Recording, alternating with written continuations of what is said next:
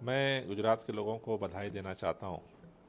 अब तक का सबसे बड़ा प्रदर्शन, सबसे बड़ी सफलता आम आदमी पार्टी को गुजरात में मिली है। जबकि ये चुनाव में लोकतंत्र की हत्या करने में भाजपा ने कोई कसर नहीं छोड़ा। पूरा पुलिस प्रशासन, क्राइम ब्रांच एक एक कैंडिडेट के पीछे लगा रहा कि आम आदमी पार्टी का कैंडिडेट फार्म न भरे, फार्म भरे तक कैंसिल हो जाए। हर कैंडिडेट को डराया गया, धमकाया गया, उनको प्रेशराइज किया गया। उसके बावजूद भी 5,000 से ज़्यादा उम्मीदवार आम आदमी पार्टी के मैदान में डटे रहे, जो इस बात का संकेत दे रहे हैं कि गुजरात में आज भाजपा के भय और भ्रष्टाचार का जो ताना बाना था वो टूट रहा है। लोग हिम्मत के साथ इनके सारे तंत्र के सामने मुकाबला करने को तैयार हो रहे हैं। और उनमें से अब तक की आम आदमी पार्टी की सबसे बड़ी जीत हुई है। जो परिणाम आए हैं, 380 से ज़्यादा सीटों पर आम आदमी पार्टी के उम्मीदवार अभी तक जीत चुके हैं। कांग्रेस जिन इलाकों में जिन क्षेत्रों में हम चुनाव लड़े, जहां से हमारे कैंडिडेट थे, उन जगहों पर कांग्रेस नंबर 3 की पार्टी बनती जा रही है। और आम आदमी पार्टी मजबूती के साथ गुजरात में एक जनता की आवाज़ को आगे बढ़ाने वाला विकल्प बन करके सामने आई है, जो आगामी विधानसभा चुनाव में मुझे लगता है कि ये बदलाव की तरफ बढ़ेगी। सर, अरविंद केजरीवाल आज राजघाट गए थे, सत्याग्रह उन्होंने किया और कहा कि देश की जो मौजूदा हाई कोर्ट की जज है उनसे न्याय की उम्मीद नहीं है, इसलिए वो और मनीष सिसोदिया अब सत्याग्रह के रास्ते पर चले हैं। कोई भी वकील या वो खुद हाई कोर्ट में स्वर्णलता जो जज है उनके सामने पेश नहीं होंगे।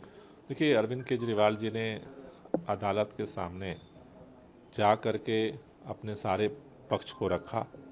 जिस तरह से साफ साफ दिख रहा है कि जो कन्फ्लिक्ट है, जिस तरह से उनके बच्चे हमारे जो ऑनरेबल तुषार मेहता जी हैं उनके अंडर में काम करते हैं, तो ये कन्फ्लिक्ट ऑफ इंटरेस्ट साफ साफ दिख रहा है।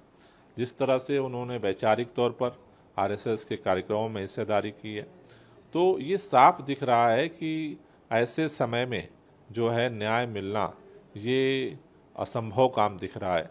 इसलिए उन्होंने ये निर्णय लिया है कि उन्होंने अपनी बात रखी।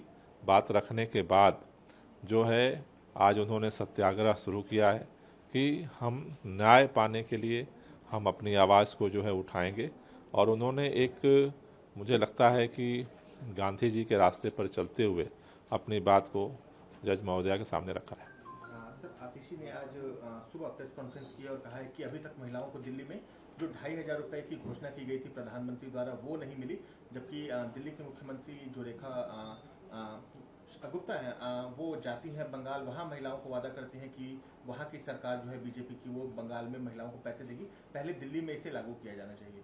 देखिए, भारतीय जनता पार्टी की दिल्ली में सरकार जिस 3 तिकड़म से बनी है, काम तो 3 तिकड़म से नहीं होता, काम करना पड़ता है। अरविंद केजरीवाल जी की सरकार ने जो कहा वो किया। आज महिलाओं को 2,500 रुपये देने का वादा किए साल भर से ऊपर हो गया, लेकिन पूरी सरकार मौन बैठी है। तो जुमले कहीं भी जाकर के बोले जा सकते हैं, लेकिन हकीकत में अगर काम करना है तो केजरीवाल के रास्ते पे चलना पड़ेगा।